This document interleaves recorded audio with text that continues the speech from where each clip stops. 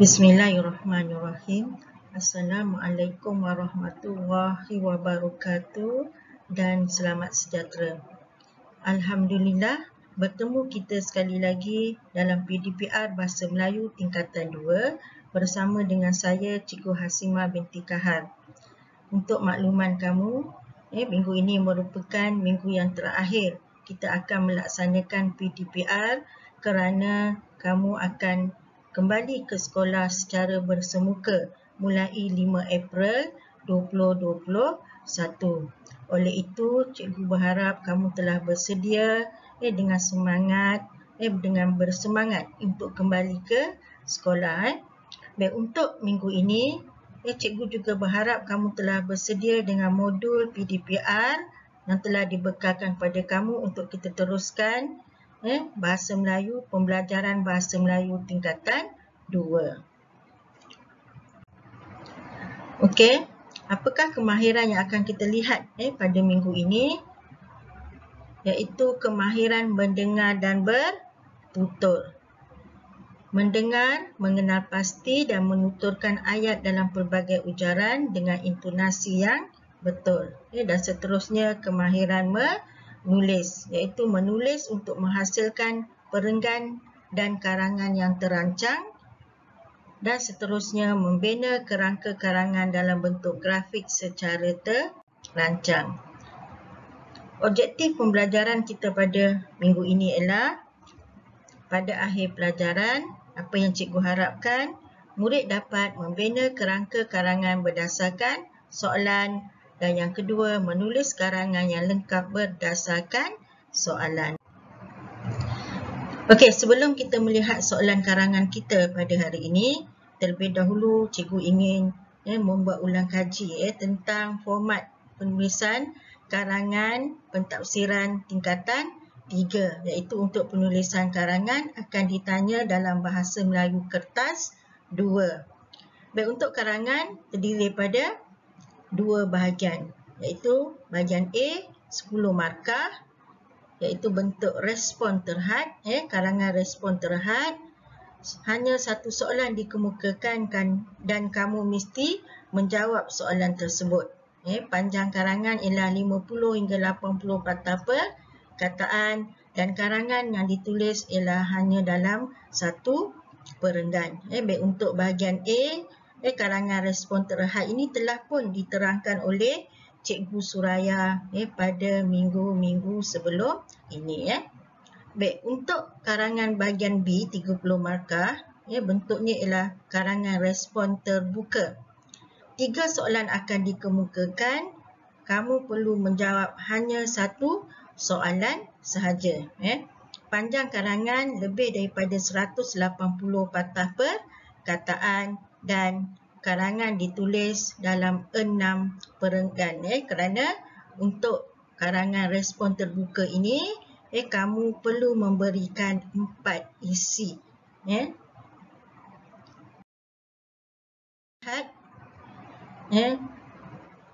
Apa yang perlu ada dalam penulisan karangan?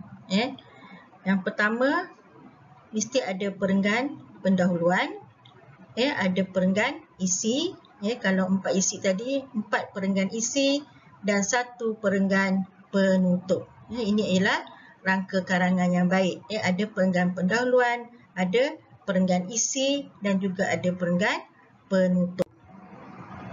Okey, kita akan lihat satu persatu. Apakah aspek yang perlu ada dalam perenggan pendahuluan?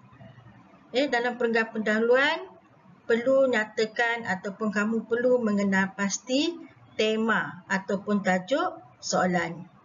Kemudian, kamu perlu menghuraikan tema ataupun tajuk soalan. Dan akhir sekali dalam perenggan pendahuluan, kamu perlu menyatakan kehendak soalan. Jadi, dalam perenggan pendahuluan, sekurang-kurangnya kamu menulis 3 ayat yang berkaitan dengan tema, huraian tema dan juga kehendak soalan. Seterusnya kita lihat perenggan isi. Apa yang perlu ada dalam perenggan isi? Pertama, ayat topik ataupun ayat isi. Isi bagi menjawab kehendak soalan. Itu maksudnya ayat topik ataupun ayat isi. Ada ayat huraian. Ayat huraian kepada ayat topik. Kamu menghuraikan ayat topik ataupun ayat isi yang kamu berikan. Ayat contoh. Contoh kepada topik ataupun isi yang kamu berikan. Dan akhir sekali, untuk perenggan isi, kamu perlu membuat penegasan. Iaitu ayat penegas. Ayat penegas ini ialah penegas untuk isi yang kamu berikan. Okey. Yang terakhir, perenggan penutup. Apa yang perlu ada dalam perenggan penutup? Pertama, kamu membuat rumusan kepada kehendak soalan. Kemudian bagi cadangan yang berkaitan dengan soalan. Dan akhir sekali, memberi harapan. Apakah harapan kamu dalam perenggan penutup yang masih lagi berkaitan dengan tajuk ataupun tema ataupun kehendak soalan. Okey, sekurang-kurangnya untuk perenggan penutup kamu menulis dalam 3 ayat. Dan selalunya untuk perenggan penutup ini kita akan masukkan peribahasa. Okey, kita akan lihat soalan untuk perbincangan kita hari ini. Okey, soalannya, terdapat pelbagai kerjaya yang boleh diceburi oleh seseorang. Tulis sebuah karangan tentang persediaan menceburi kerjaya yang diminati. Panjang karangan anda hendaklah lebih daripada 180 patah perkataan. Ini ialah bentuk soalan karangan bagi karangan bahagian B ataupun karangan respon terbuka. Jadi soalannya, tulis sebuah karangan tentang persediaan menceburi kerjaya yang diminati. Jadi kamu perlu memahamkan kehendak soalan ini. Apakah tema ataupun apakah tajuk bagi soalan ini, supaya kamu boleh kenal pasti tema untuk kamu masukkan dalam pendahuluan karangan. Jadi cikgu ulang semula soalannya. Tulis sebuah karangan tentang persediaan menceburi kerjaya yang diminati. Daripada soalan ini, kenal pasti apakah tema ataupun tajuk soalan dan juga kehendak soalan. Okey, kita lihat untuk perenggan pendahuluan. Daripada soalan tersebut, kita dapati tema ataupun tajuknya ialah tentang kerjaya. Jadi apa yang kamu perlu huraikan tentang kerjaya ini? Sebab perlu membuat persediaan. Dan kehendak soalan dalam kehendak soalan, persediaan untuk menceburi kerjaya yang diminati. Daripada rangka ini, kamu boleh menulis perenggan karangan yang berkaitan dengan tema, huraian dan juga kehendak soalan. Okey, kita lihat contoh huraian perenggan pendahuluan yang telah kita kenal pasti berdasarkan soalan. Okey, yang pertama, ini ayat yang lengkap untuk tema tadi, kerjaya. Zaman modernisasi memberi pelbagai cabaran untuk merebut peluang dalam pasaran kerjaya. Jadi ayat dalam perenggan pendahuluan ini telah menyentuh tentang tajuk ataupun tema tadi, kerjaya. Okey, apa huraiannya? Huraian kepada tema tadi. Sudah pasti setiap individu perlu melengkapkan diri masing-masing untuk menempuh alam kerjaya sebagai persediaan. Ayat ini ialah ayat huraian kepada tema tadi. Dan barulah kita masukkan kehendak soalan. Oleh itu, apakah persediaan yang perlu dilakukan oleh setiap individu untuk menceburi kerjaya yang diminati? Maksudnya, dalam perenggan pendahuluan, ayat yang terakhir itu ialah kehendak soalan. Oleh itu, apakah persediaan yang perlu dilakukan oleh setiap individu untuk menceburi kerjaya yang diminati? Okay, kamu dah dapat satu perenggan pendahuluan yang ada tema, yang ada huraian tema dan juga kehendak soalan. Okay, seterusnya kita lihat perenggan isi. Okay, daripada soalan tadi kita dah tahu kehendak soalan ialah persediaan untuk menceburi kerjaya bidang yang kamu minati. Jadi isi yang kita pilih di sini, apakah persediaannya, ialah memerlukan kelayakan akademik yang sesuai. Jadi kita akan huraikan isi tersebut, iaitu aspek yang pertama ayat topik. Ayat topik tadi maksudnya ayat isi lah. Kita menjawab kehendak soalan, memerlukan kelayakan akademik yang sesuai. Ini yang dikatakan ayat topik ataupun ayat isi, menjawab kehendak soalan. Okey, huraian. Kita buat huraian tentang ayat topik tadi, ayat isi. Mengapa kamu memerlukan kelayakan akademik yang sesuai? Jadi kamu huraikan, majikan akan meneliti tentang kemahiran atau kebolehan yang setaraf dengan pekerjaan. Sebab tu kamu perlu ada kelayakan akademik yang sesuai. Kemudian kamu bagi contoh. Contohnya, mempunyai kelayakan dalam bidang perubatan akan menceburkan diri dalam bidang perubatan. Maksudnya akademik yang sesuai. Dan akhir sekali kamu buat penegasan. Kelayakan akademik penting bagi seseorang menceburi kerjaya yang diminati. Jadi cikgu bagi contoh uraian perenggan isi yang lengkap, ayat yang lengkap. Contohnya, persediaan untuk menceburi kerjaya yang diminati ialah seseorang individu memerlukan kelayakan akademik yang sesuai dengan pengkhususan pekerjaan. Ini ayat topik tadi. Ayat topik. Jadi kita jawab soalan tadi, memerlukan kelayakan akademik yang sesuai. Jadi cikgu lengkapkan ayat ini menjadi ayat yang gramatis, ayat yang betul. Cikgu ambil semula daripada kehendak soalan. Persediaan untuk menceburi kerjaya yang diminati ialah seseorang individu memerlukan kelayakan akademik yang sesuai dengan pengkhususan pekerjaan. Ini ayat topik untuk perenggan isi kita. Jadi seterusnya kita lihat ayat huraiannya. Hal ini kerana majikan akan meneliti tentang kemahiran atau kebolehan seseorang setaraf dengan bidang dalam pekerjaan yang dipohon. Sebab apa perlu ada kelayakan akademik tadi? Mengapa? Jadi kamu jawab hal ini kerana. Ini ayat huraian. Mengapa perlu ada memerlukan kelayakan akademik. Jadi seterusnya kita bagi ayat contoh. Jadi sebagai contoh, jika mempunyai kelayakan dalam bidang perubatan, sudah pasti layak menceburkan diri dalam bidang perubatan seperti doktor. Jadi itu kita bagi contoh kelayakan yang sesuai. Dan akhir sekali ialah ayat penegas. Jadi apa yang kita boleh buat penegasan di sini?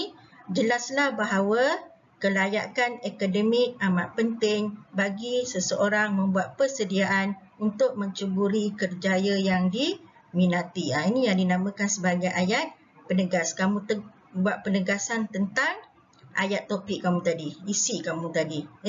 Kamu boleh ulang semula. Dan selalunya untuk ayat penegas ini ialah kesan. Kesan, kamu boleh nyatakan kesan. Jadi untuk huraian perenggan isi, kamu ada ayat topik, kamu ada ayat huraian, kamu ada ayat contoh, dan akhir sekali kamu ada ayat penegas. Maksudnya sekurang-kurangnya untuk huraian isi ini, huraian perenggan isi ini kamu beri 4 ayat yang berkaitan dengan ayat topik, ayat huraian, ayat contoh dan juga ayat penegas.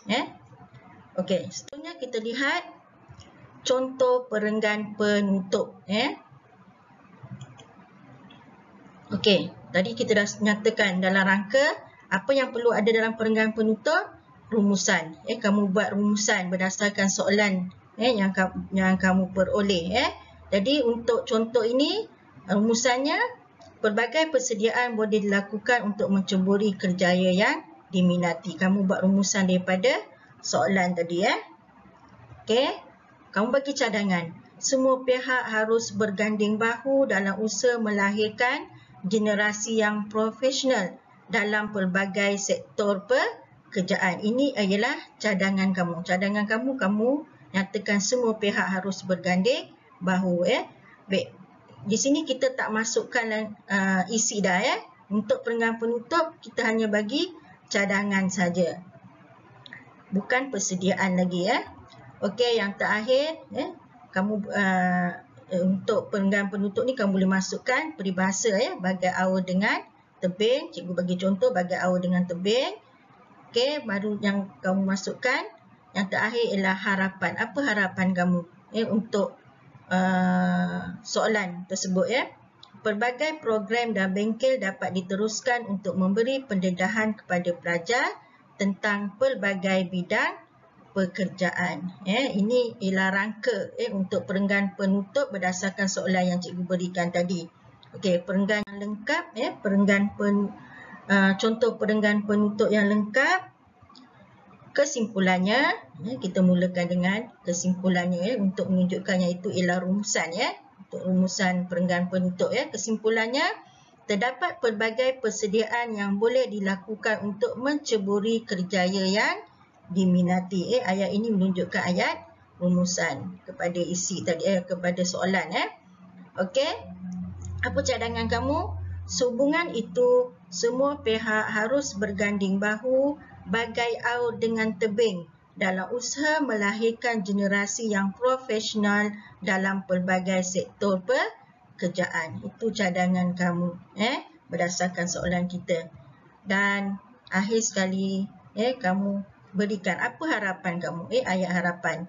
Oleh hal yang demikian, diharapkan pelbagai program dan bengkel dapat diteruskan untuk memberi pendedahan kepada pelajar tentang pelbagai bidang pekerjaan yang ada di pasaran pada masa ini. Jadi untuk perenggan penutup, sekurang-kurangnya kamu ada 3 ayat, iaitu ayat yang berkaitan dengan rumusan. Kamu buat rumusan, tajuk ataupun tema ataupun soalan. Bagi cadangan yang berkaitan dengan tajuk, berkaitan dengan tema ataupun berkaitan dengan soalan, dan juga apa harapan kamu.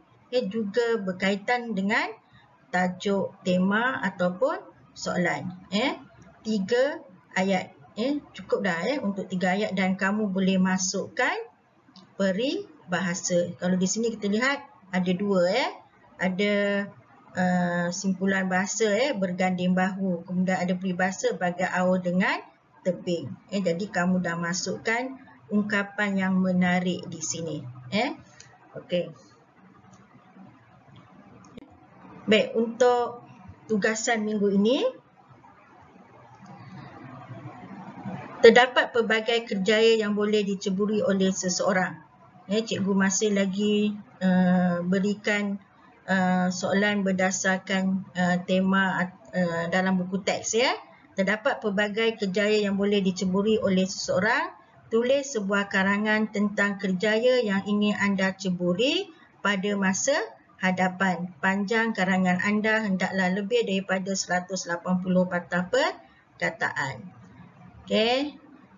Soalan ini kamu boleh lihat dalam modul PDPR yang telah dibekalkan kepada kamu muka surat 17.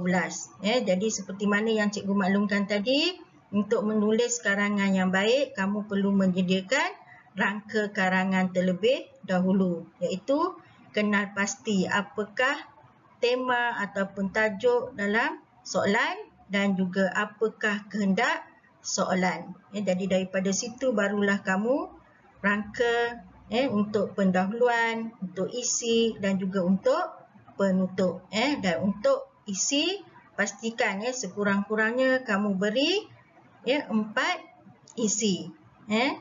Kamu berikan 4 isi supaya karangan kamu, jumlah perenggan karangan kamu ialah 6 perenggan untuk memenuhi keperluan panjang karangan lebih daripada 180 patah perkataan. Cikgu ulang formulanya. Perenggan pendahuluan sekurang-kurangnya 3. Perenggan pendahuluan sekurang-kurangnya 3 ayat, iaitu yang berkaitan dengan tema, tajuk, huraian tajuk dan juga kehendak soalan.